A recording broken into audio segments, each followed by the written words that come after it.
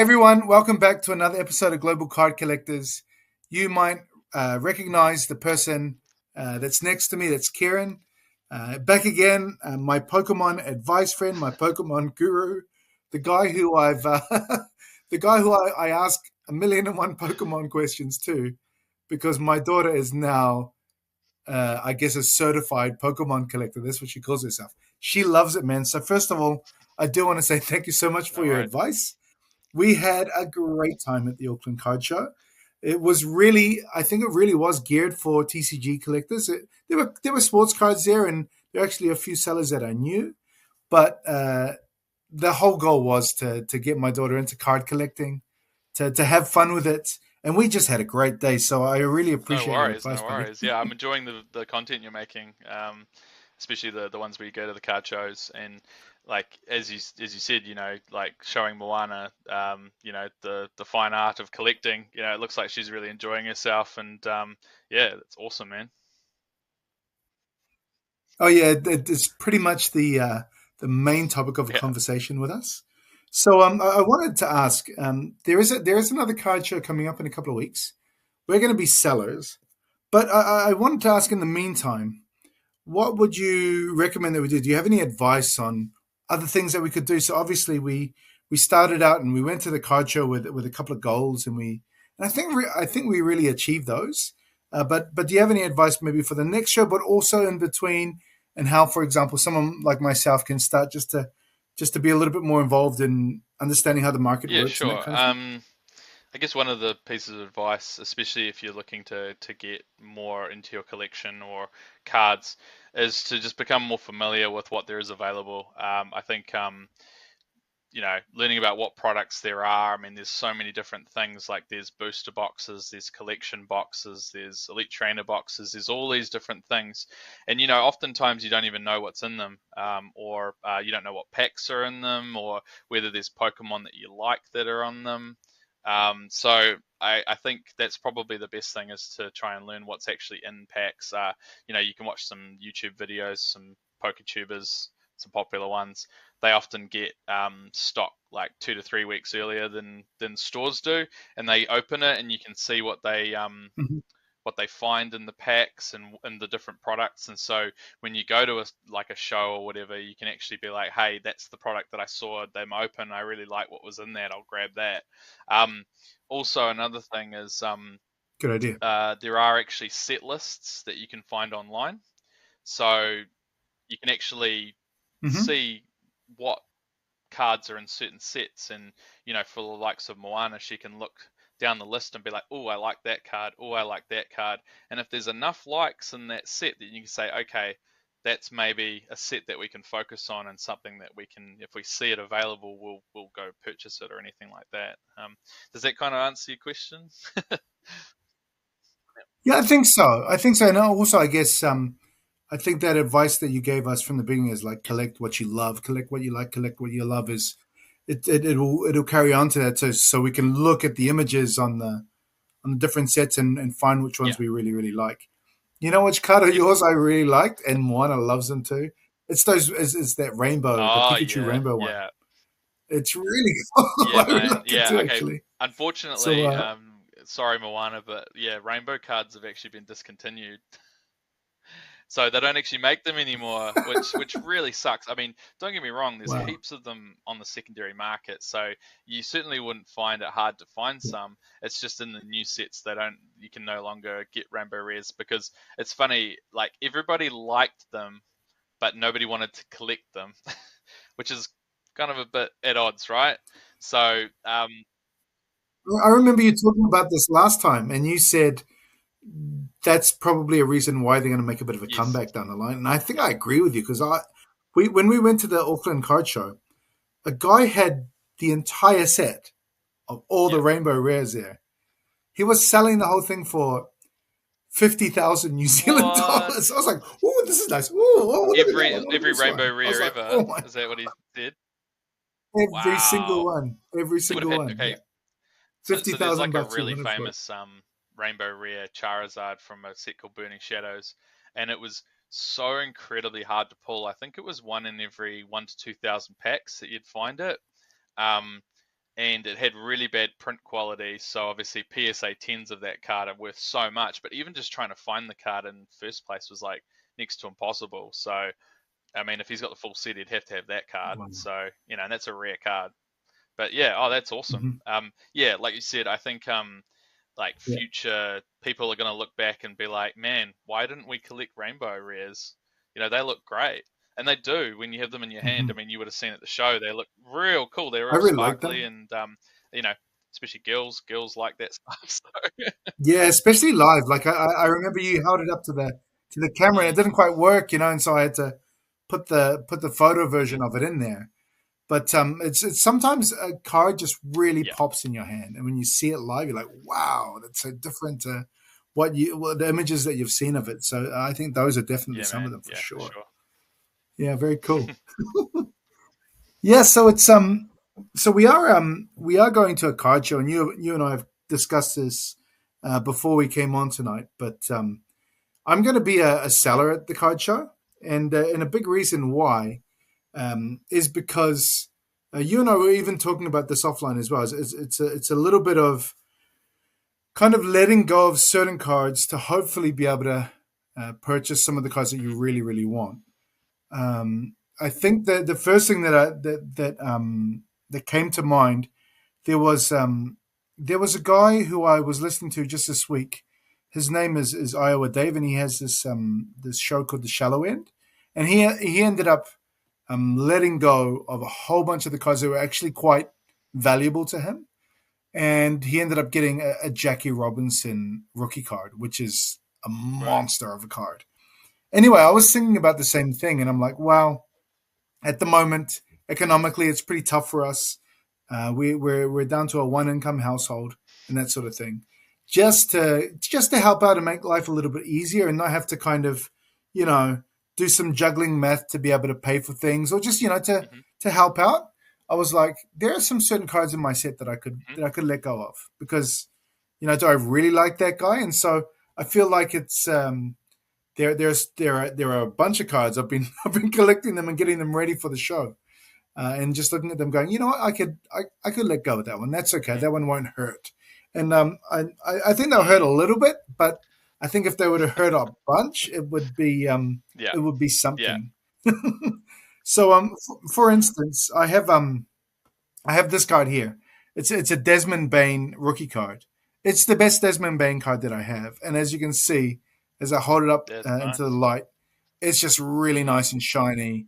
I really like the design of it, and it's got his autograph on it, and it's his rookie season, and on top of that, it's there numbered you to go. 250. So it's a really nice rookie card of his, and I really like him as a player. But the more I started thinking about it, the more I'm like, do I really want to just have bits and pieces of certain guys if I'm not really Hmm. into those cards?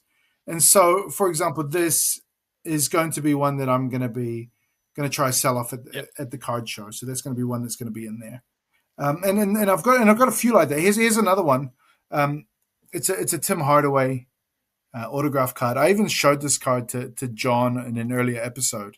But again, I really like Tim Hardaway. He was one of my Yep. favorite basketball players. It's the best Tim Hardaway card I have.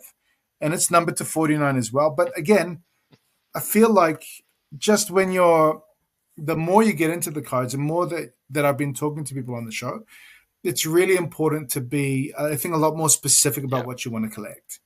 So those two cards will be up for sale. So if you're Well, at there the you Brooklyn go. Card Show, you can expect me to have Yeah. those Go cards find a in. deal. Nah, I do get what you're saying here. Like, selling is something that I don't like doing either. Um, Especially my single cards, because oftentimes whenever I open my binder and I have a look through, all the cards that I have, every card holds a memory for me. Because I'm very specific about what I That's right. buy. Um, and there's emotion and attachment there to these cards, and so to then go and say, okay, well, let's go sell them. You almost have to disassociate yourself from the card and say, no. like I don't need it anymore, or I'm gonna sell this card in order to do something better, or you got to really kind of detach yourself from it. And I find that really hard. I'm a bit of a hoarder. I sell very few things, which is to the detriment as well as a good thing as well, because there are a lot of things that if I had have sold them, then I would have regretted it later. But you know, it's tit for tat. But oftentimes I find that like sometimes holding on to things for too long can actually um, what do you call it? It stops you from then gaining other opportunities. So let's say, for instance, you sell one card that's appreciated a little bit, and you're happy to let it go, and you buy five other cards for the amount of money that you sold the one card, and then a year down the track, three of those cards have popped off and they've made more money. You keep two, you sell three, and then you buy 10. And all of a sudden, you're starting to really like get your collection bigger. And then let's say you've got those 10 cards, and all of a sudden a Grail card comes up, and you're like, I have the means to sell these 10 cards to get something that I really, really want. Whereas if you had have stayed back, when you had your one card and you said, no, no, I love this card, I'm attached to this card, yeah, it's appreciated. It's still going up. No, I'll sit on it. You would never have got to the point where you could then, you know, get your Grail card. So, yeah, it's an interesting thought becoming a seller, and I've gotten better at it. In fact, I actually sold a bunch of stuff today because, like you, we're down to one income in our household as well because I have a newborn. So I've Hmm. actually had to sell some of my collection in order to make ends meet. So yeah, I'm getting better at it. Yeah, and I think, if we're thinking about it, like sometimes that's what the cards are there for in many ways as well. It's like, well, you have to think about it as an Mm, investment. Sometimes it's like, well, it's an investment in my yes. family's future, so I can always come back and get those cards. And then that's what I feel about these cards. For example, this guy here, I have a feeling I could get the same or better at a fairly decent price point. But right now, I could definitely use Yeah. the money a little bit more. Or let's say, for example, there are cards that are a little bit more, there's, like you said, a little bit Hmm. more attachment to them. If I could probably like maybe package them up and sell them to get a card that would mean more to me, then I could probably do that too. But it's come to a point where I think I had a lot of fun Yeah. just collecting stuff when I got to New Zealand. Yeah. Oh, look at Yeah. this! Yeah. Oh, it felt like Christmas all Yeah. at once, mainly because it was just so hard to find the cards that I Mm, wanted yeah. back in Turkey, and with the New Zealand rugby cards, they're at a really good price point. So it's something there, but at the same time, like all of that money and all that spending, when you're down to a one income household, it's you got to find a different way to earn the money to spend it. You can't just be acting like you've got a whole endless amount of pocket money and you just spend it on yourself. You Yeah. can't do Yeah. that. And I mean, it comes down to the time in your life. There's times when you can be frivolous with your spending. There's times when you can't. And Hmm. for me, when I joined the TCG scene again in about, I think it was about 2018, um, I just went absolutely nuts. You know, I was single. I had a very small mortgage on my house.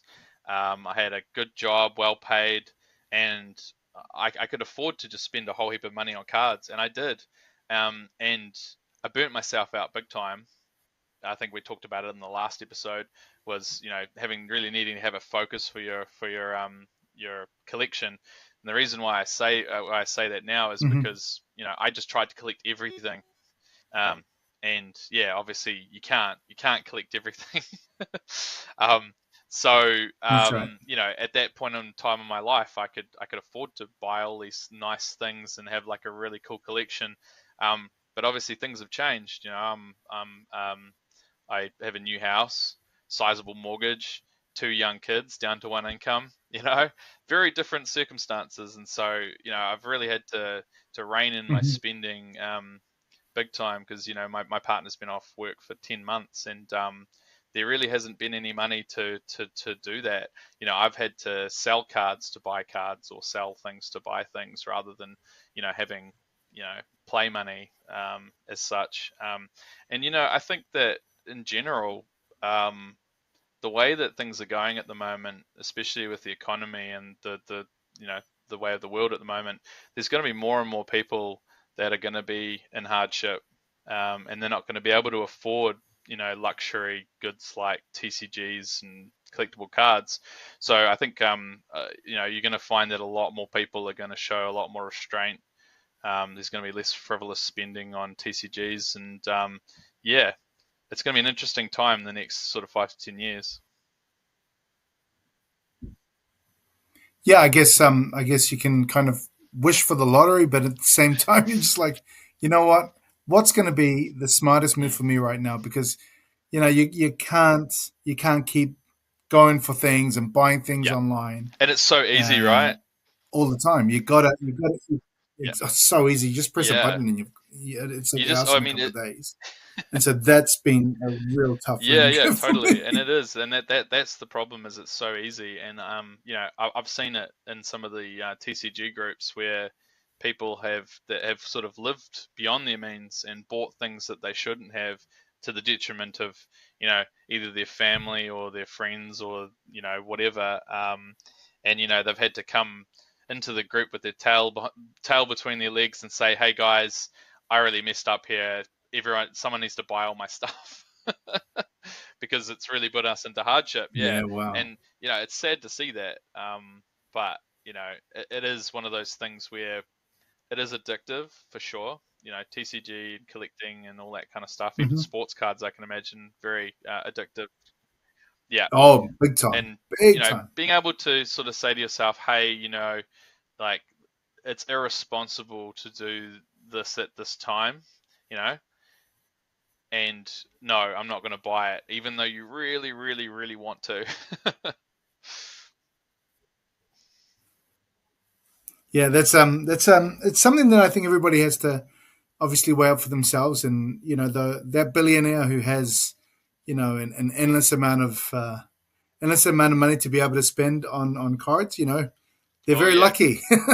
But at the same time, I think for the rest of us, for the vast majority of us, if you're going to stay in sports cards long enough, you have to let go of some of the Yes, cards that you have if you want to get the cards that you really, really exactly. want. Because most of the cards you really, really want will Mm, cost you a lot of money.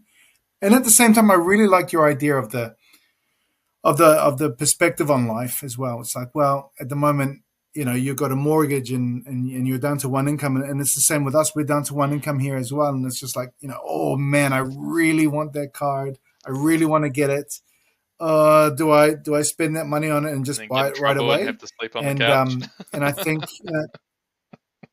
yeah, and I think you told me this earlier on. You said the deal of the lifetime is available basically Yeah, every week. yeah, There's always some special and deal going on. You look online. I could find a deal where I would want a card almost immediately, but sometimes it's better to show restraint, and when you have the funds, then you can buy. Or for example, if I end up selling a whole bunch at the card show, then I'll probably start looking at buying some other cards that I would probably want to keep for a longer term. Or maybe I'll sell a whole bunch and think, maybe I can sell a few more and earn a little bit more, and then buy my new cards and have a little bit of extra play money, for that kind sure. of thing. Who And I tell you knows? what, you might sell those cards at this trade show, right?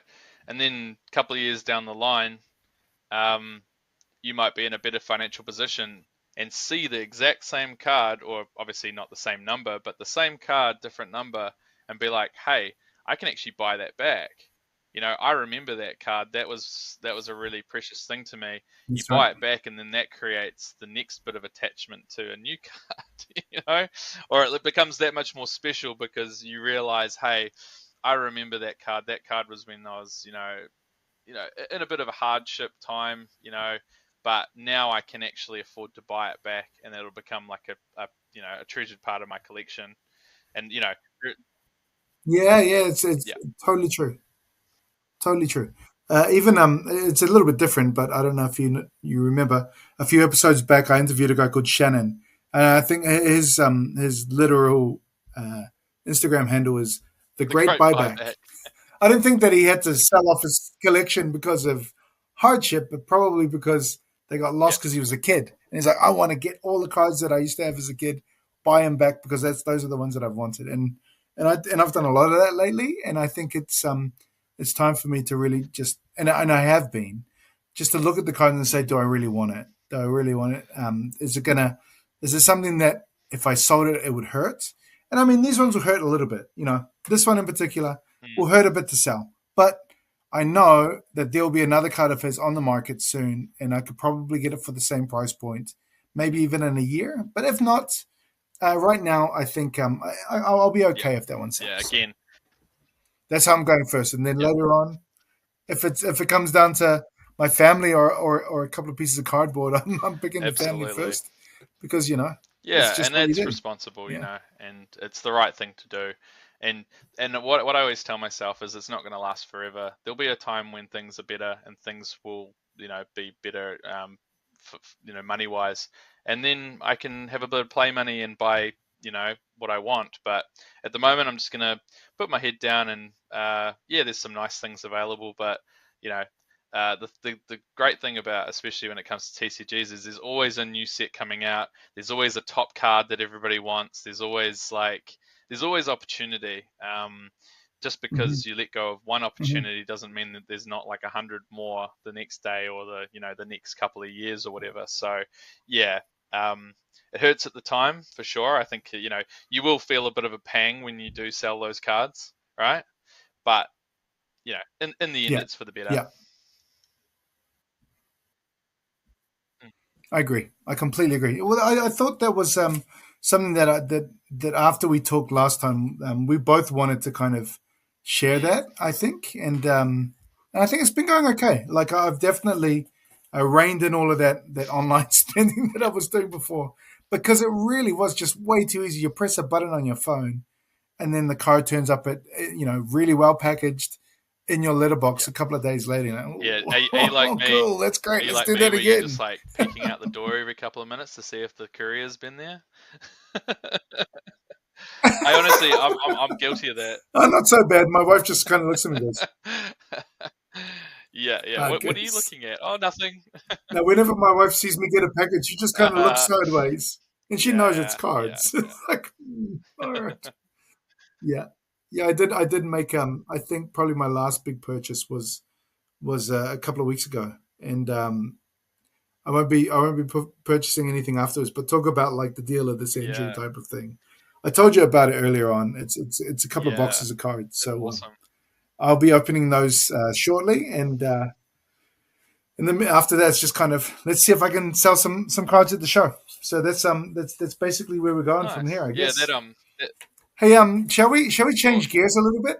You and I have been talking offline about this, and we're like, do we have a chance to talk about it? And I think it's an interesting topic, and you brought it up actually.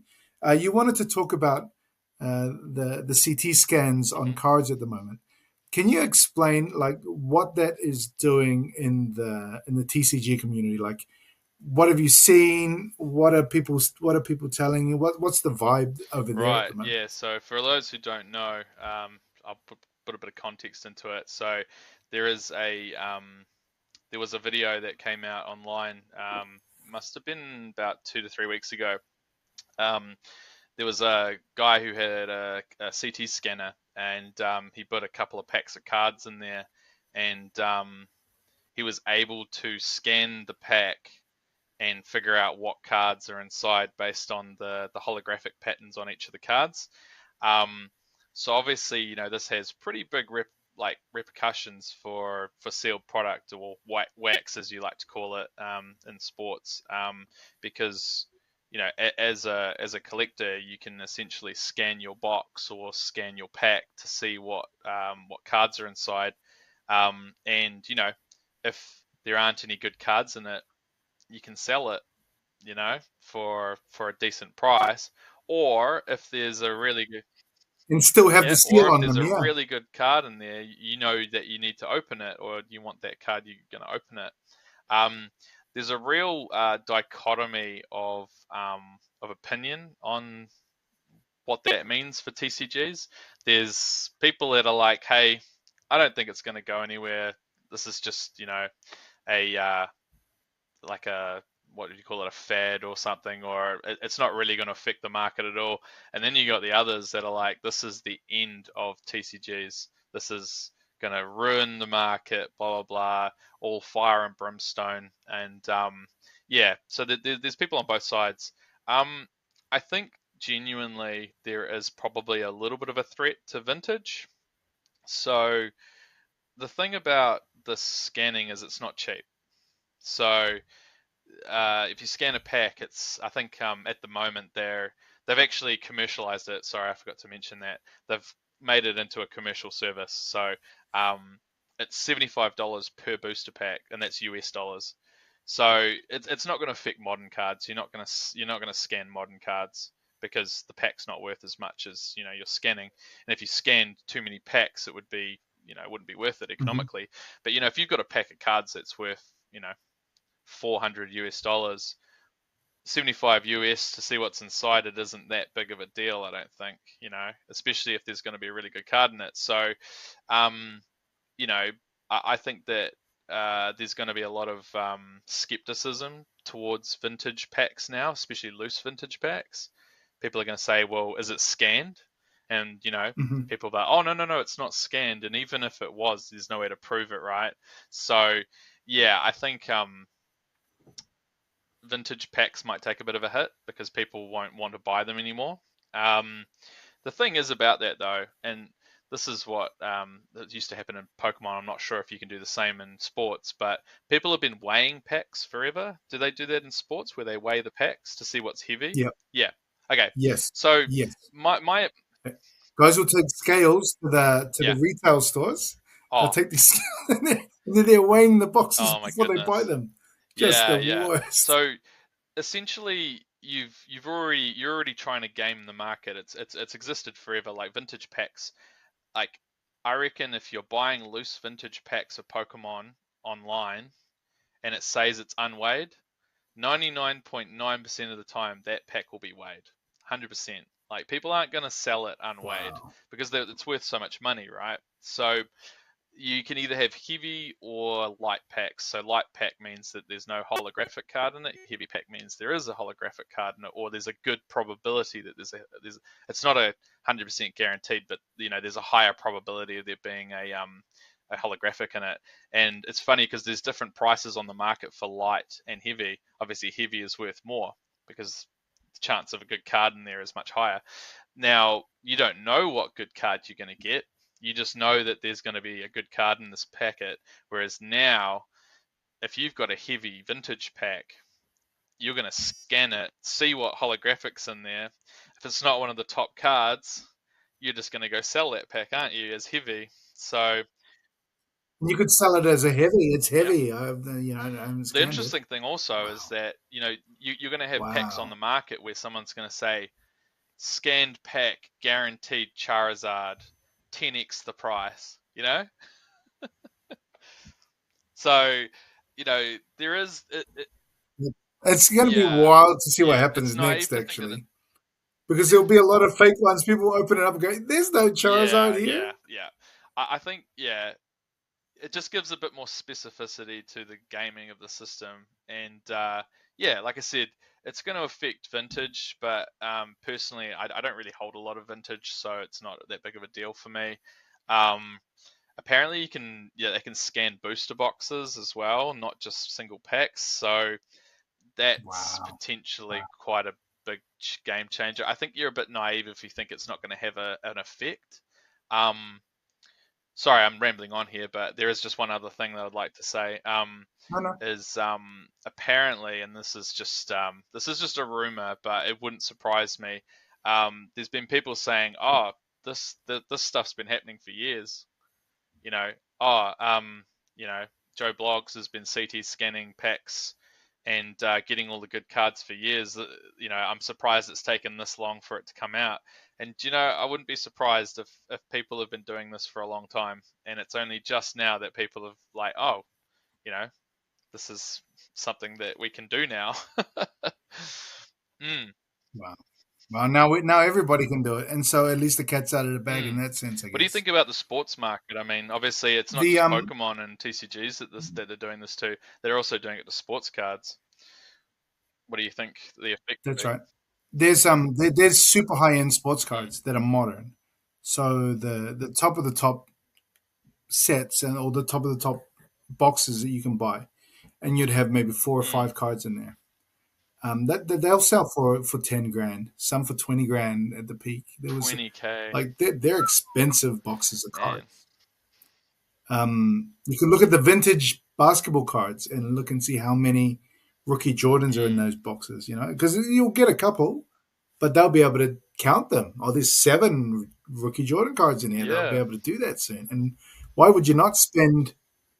It might not be 70, it might be $1,000 to scan these other ones. But again, the margin is worth it for so yeah. many And people. that's the thing, right? It's So I mean, I don't think it's going to yeah, affect me personally because I try not to buy that much wax just because it's a gamble and generally the yeah. gamble doesn't pay off. So that's why I try and Singles, stick to yeah, singles.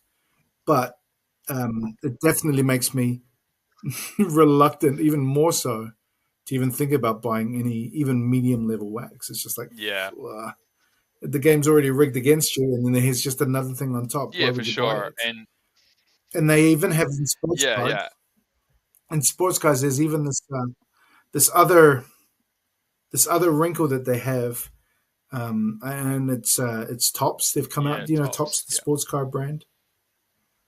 Yeah, so they're becoming a bigger and bigger player again. Recently, they they started selling a new range of boxes. So you'd have hobby, and then underneath them you'd have retail.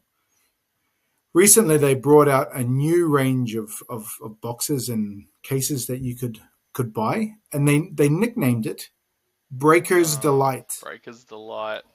It sounds like it sounds Breaker's terrible. Delight. So basically, they're saying if you want to buy a hobby box, you're just Yeah, throwing your money away. Breakers are where yeah, it's at right now, and so that's the message everybody's getting. So it's just like it's just not the smartest time to buy yeah. wax, man. It's just Especially not. like you said, I So mean, if you've got like a patch uh, card in your box, and like you said, they've been weighing it. Of course, it's going to weigh more, right? So they've been weighing boxes mhm, already, so you already know potentially which boxes have good cards in them anyway. It's just with CT scanning, you'll know exactly what card it is. So that's the difference. But one thing yeah, that wow, obviously I think I mentioned to you before as well is there's going to be a very very fast response to this from the card makers, from the card manufacturers. Yeah, has to be. It because has to be. they can't afford Hmm. for people to not trust the products that they're buying, and so I don't know what they can do to stop CT scanning, whether it be metal cards that like are in the way of other cards, or I've heard that there's like certain Hmm. particles that they can actually put into boxes to make it so that there's too much distortion with the CT scanner. I don't know too much about the science, but Hmm. there's certainly ways that they'll be able to do it, and I would be very very surprised if that doesn't actually hit the products before the end of the year. So, you know, like yeah, Yeah, makes sense. Pokemon Totally boxes, makes I sense. reckon by the start of next year will have something in them or on them that will not allow you to scan them, CT scan. Yeah, yeah, Makes sense. You put it around the box yep, itself, I assume. If it's some kind of thing to put on the seal, yep. it totally makes sense. And I think, like you said, they've got to do it as Yeah, soon I as mean it's a threat possible. to their They got to do market, it as soon as you and will. I tell you what, Hmm. TCGs, believe it or not, they rely on the secondary market as much as they rely on their sales, because you have to have a market that is involved and evolving, um, in order for the TCGs to survive. So if the market dies, the That's right. TCGs die, and you don't want that to happen. So yeah, it's going to be a really really interesting into the year. There's going to be a lot of change. Um, a lot of yeah, a lot of change in the market, and just a lot of changes with products in general. Yeah, I'm looking forward to I being a fly on completely the agree. wall. I think even just the look of them. Yeah, that's right. We're just going to be Mm, watching, but that's fine. That's fine. When it's time to yeah, jump back in, we will. Um, we were talking just before we started recording that I think would be a nice topic, maybe yeah, even to end on, or just at least to talk for a few minutes about.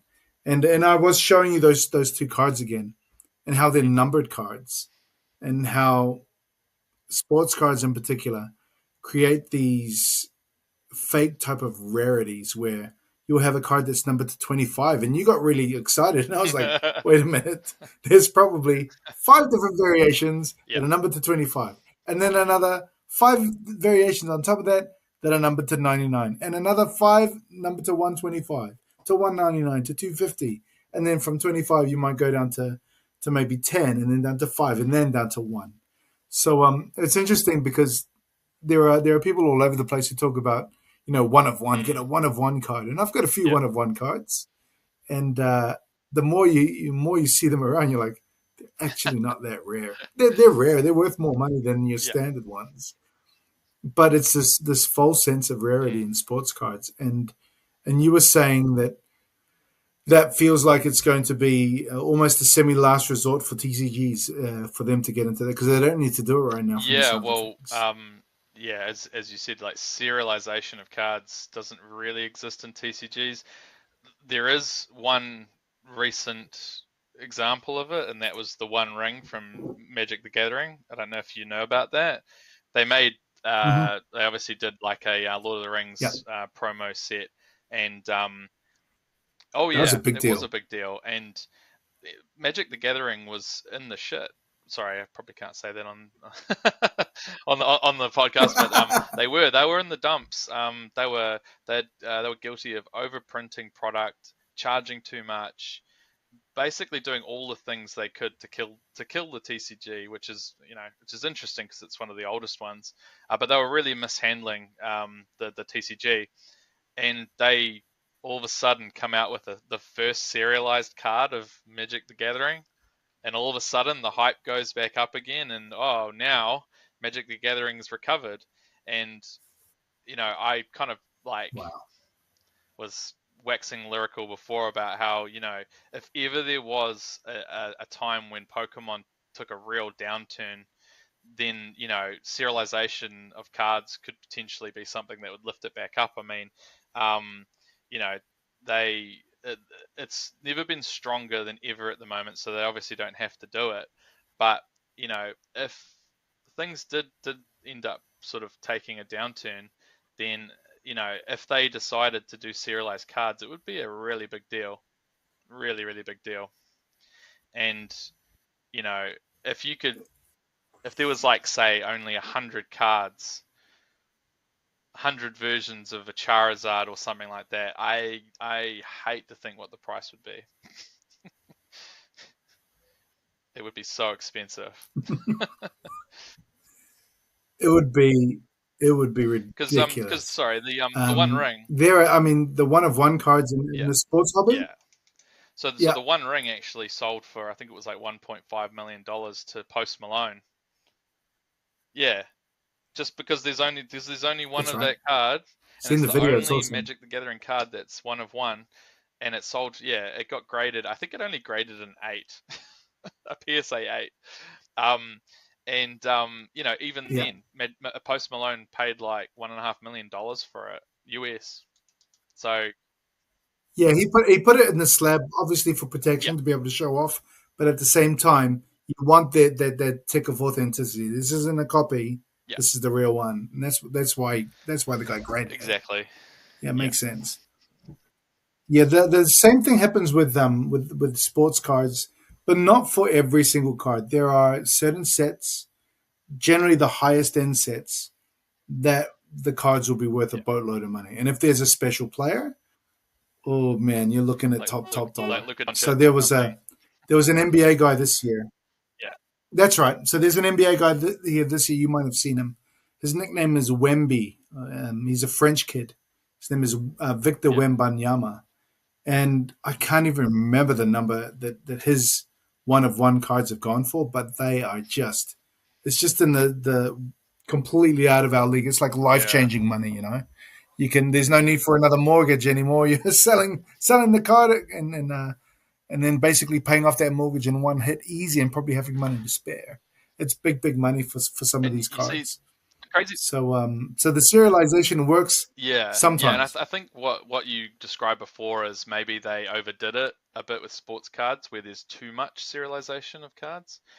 The thing that kind of crossed my mind, especially when it came to that Magic the Gathering card, the One Ring. Now there were people that were buying cases and cases of it and just sitting on it, you know, because as long as the card's still out there, and the One Ring hadn't been found, those boxes would have kept going up and up and up in value. And so people invested Yeah, in that thinking that it yeah, would never be found, right? Now let's hypothetically think, right? Okay, the example I was saying before, like let's say there's a set of Pokemon that comes out and there's only 100 serialized Charizards in the set, right? And let's say 30% of the 70% of the Charizards are found, right, within the first say 10 years. So 70 of them were found. There's still 30 of those Charizards sitting in boxes somewhere. The price of that box would just keep going up and up and up, and it would be something that, like, the secondary market, especially on a set like that, it would, I don't even know how much it would go up in value, because the chance of there actually being one is there. Whereas, if all 100 Charizards are found, the product goes bleh, and then, is worth nothing. But while you still have a sealed box of that, and there's still a serialized Charizard out there, it's always going to have a premium price to it. Hmm. Interesting thinking. it's it's it's already kind of played out in the sports card Yeah. market in that sense. There are I don't know if you know there's an NBA guy called Yeah, Steph yeah, I know Curry, Steph Curry. Stephen Curry. He has a one of one card. There's a one of one card that has not been pulled from Really? tops, and so those boxes, those sealed boxes, are worth so much. Maybe someone's pulled it. Maybe Uh, someone just doesn't know they so have it there in was their also, possession. It's yeah, there was also possible too, but those boxes are worth money. there was also the thought, and people were like, I guess it's called a conspiracy theory, but people were saying that if somebody that was sitting on a lot of that product with the One Ring pulled it, kept it a secret, and then kept selling their expensive boxes. I mean, like you said, the Steph Curry card might have been found, but that guy had like 100 boxes of it. He's like, well, if I say to everyone that I've got this card, Sure. then those boxes go to zero. So Yeah.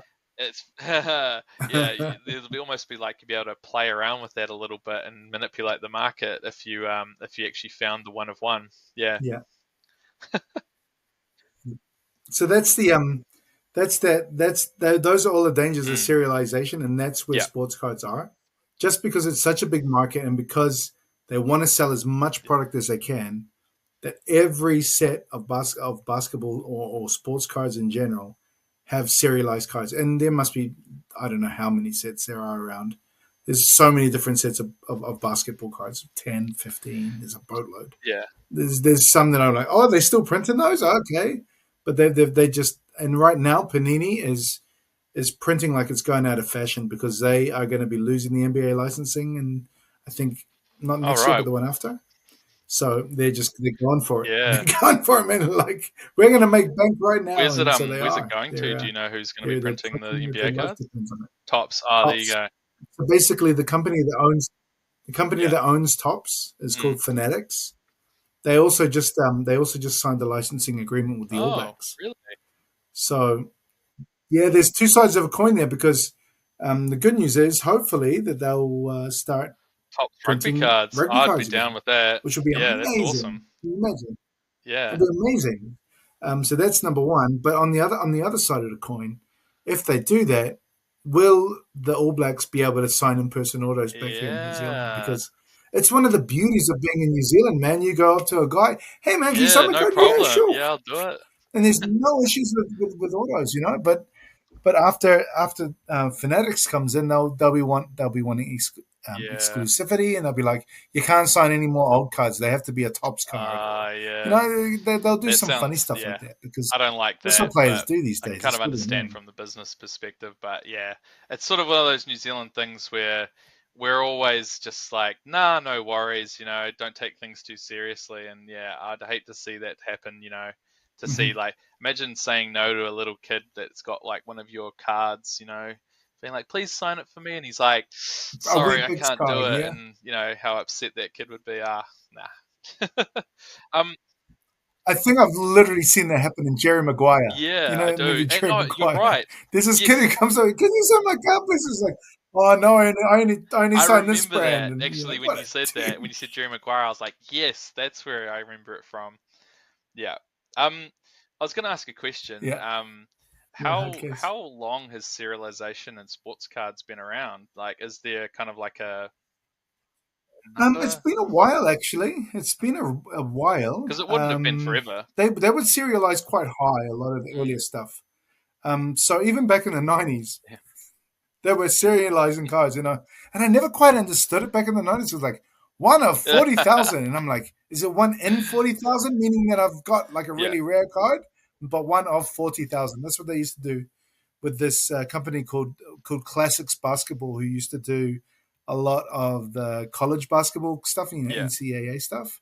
So they kind of started on some serialized stuff, and it was around Mm, in the '90s and early 2000s as well. But it really did take off in the last 5 or 6 years. It just became much more understood by the market that's what yeah. the rarity was.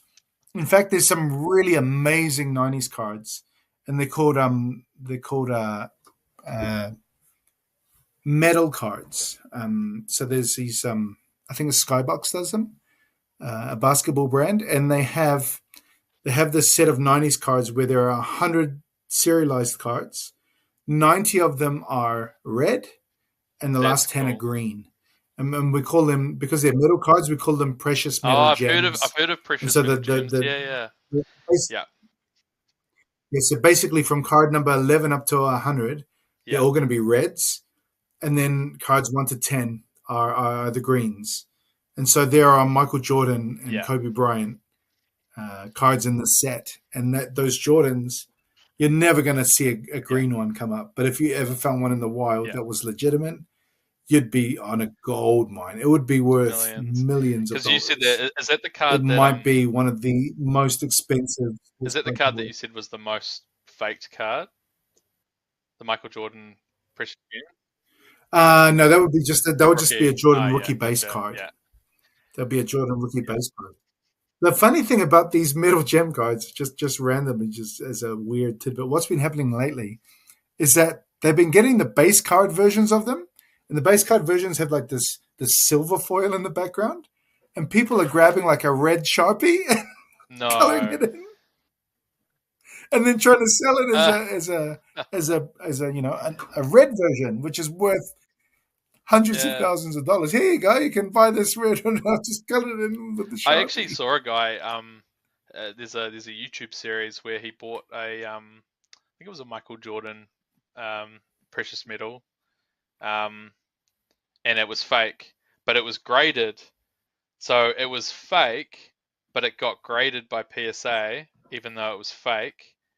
And he's bought it. And there's a actually, I'll send it to you. There's a YouTube series of how he goes through the process of getting a refund from the guy, but then the guy also being like saying to PSA, "Well, hey, you graded it. Like, I'm out of pocket. You need to like compensate me Oh, for I didn't hear this misgrading." Yeah, story. yeah, yeah. So Wow. yeah, again, PSA grading. It's not a you got to wonder, they're paying guys minimum wage. They've got to meet quotas. They're just pumping stuff out, you know. And I don't think they're really paying attention to cards Yeah. properly, you know. I've seen a lot of cards, Pokemon cards, where like it's not a 10, but it's a 10. It's got really bad centering. There's whitening all over the back, and it's got a 10 on the label. And you're just thinking to yourself, how does that Wow. even happen? You know? Yeah, Yeah. You get that, and then you'll get a card that you think looks much better than yeah, it by comparison, and you're yeah. getting a So nine. the grader just had an argument with his wife the night before, and he's really shitty and doesn't want to give out any tens. It sort Yeah, of feels right. Yeah. And the thing is, they never explain no. themselves. They never Well, there's explain no themselves. subgrades on their And cards. I've never heard them So, explain themselves. Yeah. if you Not get a even a nine, subgrade. you don't really know where your card was let down. Like, for instance, like I think in our last podcast we are talking about PCG here in New Zealand.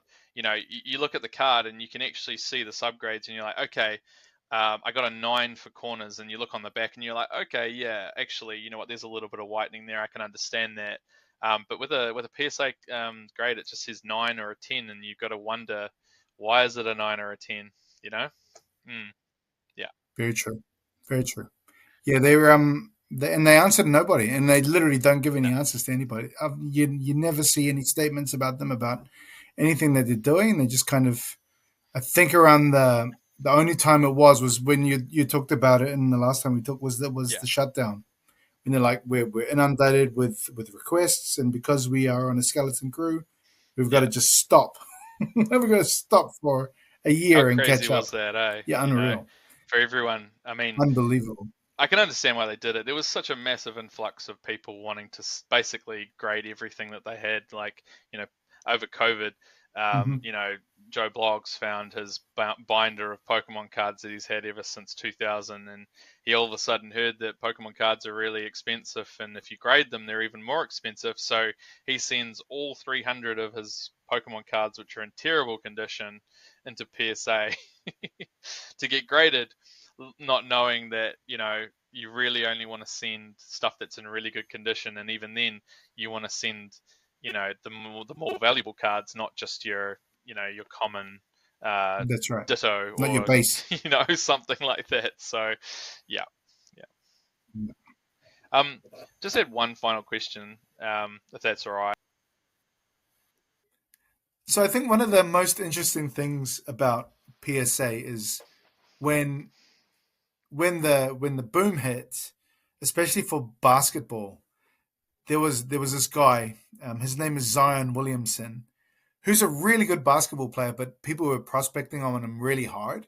I remember And because Zion. and when those cards came out, they were there's a kind of like a set of cards that people really like. They're called prisms. Anyway, everybody started sending their Zion rookie cards into PSA, the Prism rookie cards into PSA to get graded. And this is how many cards were graded a PSA 10 alone, just a PSA 10. 23,000 PSA 10s of 23,000 Zion. of the one Prism 23,000 Zion of the 10. Prism Zion PSA 10. And PSA Jeez, 9 was man. over 17,500 for a Wow. 9. And And like, initially, those cards were going for thousands of dollars. yeah, and it would Now have you just can pick gone. up PSA 10 for like, that's right. So initially they were going for thousands. Yeah, Now I think you can pick one up for 50. there So you go. that's the pop Wow. report. Yeah. Imagine if you spent $1,000 on that card, thinking that it would be a good long-term investment, and now you're just thinking to yourself, "Why did I do that?" But I mean, Yeah, I haven't spent 1,000. I've spent a considerable amount of money on a card that has since just plummeted in value. So yeah, that's yeah. that's pretty sore. It's painful. Oh, absolutely. It sucks when you see things like that happen. I mean, the thing is, and this is something that I think, it comes into the hype train again. If you buy into the Yeah. hype train and you buy at the peak, especially with cards that, it's either right when they're released and it's like the card to collect, and you pay the highest price, and then you slowly see it whittle down. Like my thinking is around cards is you never buy at release. Like singles especially, you never buy cards at release. You Hmm. always wait like at least 6 months to a year, and by that point, the true value of the card has come along, and you're not ending up spending like crazy amounts of money. I mean, when you're talking about PSA pop reports, I mean, Pokemon went through the exact same thing with the boom, um, and there was crazy amount of cards that were sent into PSA. I mean, they must have just been absolutely inundated. They shut down for what was it, a year, because there was so many Yeah, cards something like that. being, Year, maybe even a year plus. yeah, being submitted. And I mean, there's crazy pop reports for Pokemon as well, like Charizard cards. My goodness, okay, there is a Charizard card that is the most graded Pokemon card, and it's a promo that you get in an ETB. In fact, actually, I've got one right here. There's this ETB here, which is called Champion's Path, right? And you get one of these promo cards in every single one of these. Now, the pop report for that card, right? Because everyone thought it's a Charizard card. If it grades a 10, it'll be worth like so much money. There's 50,000 tens. There's 50,000 tens of that card, and it's basically I don't I can't remember what the I think it's worth $50. And I remember them Wow. selling for like a couple of $100 at least, when it first released. And in fact, it was probably more than that because everyone thought it would pop off and it would be really hard to grade. And even then, I think there's another like 30,000 nines. So overall, you No. you've got such a massive population of cards. So Um, you're only getting them in those boxes? yeah, yeah, it's the only way to get it. But So that's the that thing. means that there were 70,000 of those boxes sold, Oh, there would have been at more than least that. for Oh tens and yeah, nines. Yeah. yeah. There would have been. Oh, I hate to even think, man. Like of this Oh, ETB here, I reckon you would be like a million plus of these units for sure. Yeah, no. yeah. I Wow. mean, I opened probably five or six of these, and I've got those promo cards just sitting in a folder back there, and Yeah, wow. I didn't grade them because I knew that they were readily available and that there'd be so many of them. Um, and yeah, like it's just a cautionary tale, I think, for people is, you know, watch out what you buy because especially if you buy at the peak, you're going to end up really hurting later on. And I guess it's just a case of being in the hobby long enough to figure out, you know, what is a card that's overrated or, is artificially inflated. Or even cards that are undervalued, on the converse side, ones that you think will Hmm. actually pop off. I mean, when we're talking about restraint before, there was actually a card that I saw that I really, really, really wanted to buy. And, it was only $60, but at the time, we just didn't have $60 to buy the card. Um, and like, I think that card's got really big potential. In a PSA 10, it was only, yeah, $60 in a PSA 10. Um, and I was like, nah, I just can't buy it. But I think that card has a lot of potential to be like a couple of $100 in the future. So, Yeah. you know, as soon as things improve, I'm going to find that card and I'm going to buy it. You know? Yeah, good one. Yeah. Good one. And it makes you want to chase after it too. And if you miss the boat, you miss the boat. It is what it is, right? Yep. And if I miss the boat, there'll be another card that I see that has That's potential. right. You know? That's right. Yeah, So, there's a million other opportunities. That's right. absolutely. Yeah. Very cool. Very Yep. cool. So I Anything just had else a you want to share before we go? Yeah, yeah. There was just one thing that it's funny because I picked up in our conversations that we've been having, the term wax for sealed Hmm. product for sports. Yeah. We of course in Pokemon we call it sealed product. I'm just All wondering, right. like, where does wax come from? Because when I think of wax, um, I think like, oh, back in the day you used to like seal envelopes or seal letters That's with right. like a wax stamp or something. Is That's that where right. it comes from? Mhm. Well, it's not so much a wax stamp; it's like a wax finish. So you'll see Okay. even there are even cards available on the market now that are in wax packets. So, for example, the Really? Michael Jordan rookie card is in these packets, and they have this wax finish. It's this kind of Oh, I have seen that. I have this, seen that. yeah, yeah.